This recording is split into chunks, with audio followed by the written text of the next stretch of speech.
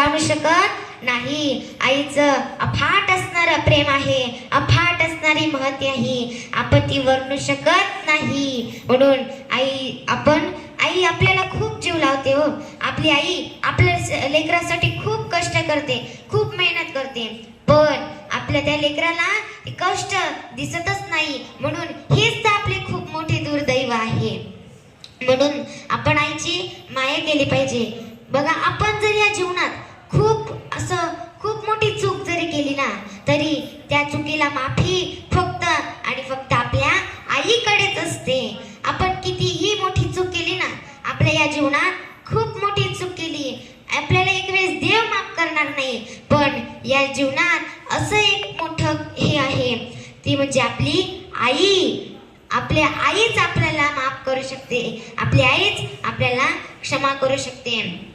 लेकराची एक चूक विसरायला बापाला कित्येक दिवस निघून जातात हो, पण लेकराच्या असंख्य चुका विसरायला आईला एक क्षण सुद्धा लागत नाही बरं का. आईला एक क्षण सुद्धा लागत नाही. म्हणून ज्यांना हात नाही ना, त्यांना हाताची किंमत विचारा. ज्यांना डोळे नाहीत त्यांना डोळ्यांची किंमत विचारा. आणि ज्यांना माय नाही ना, त्यांना मायेची किंमत विचारा.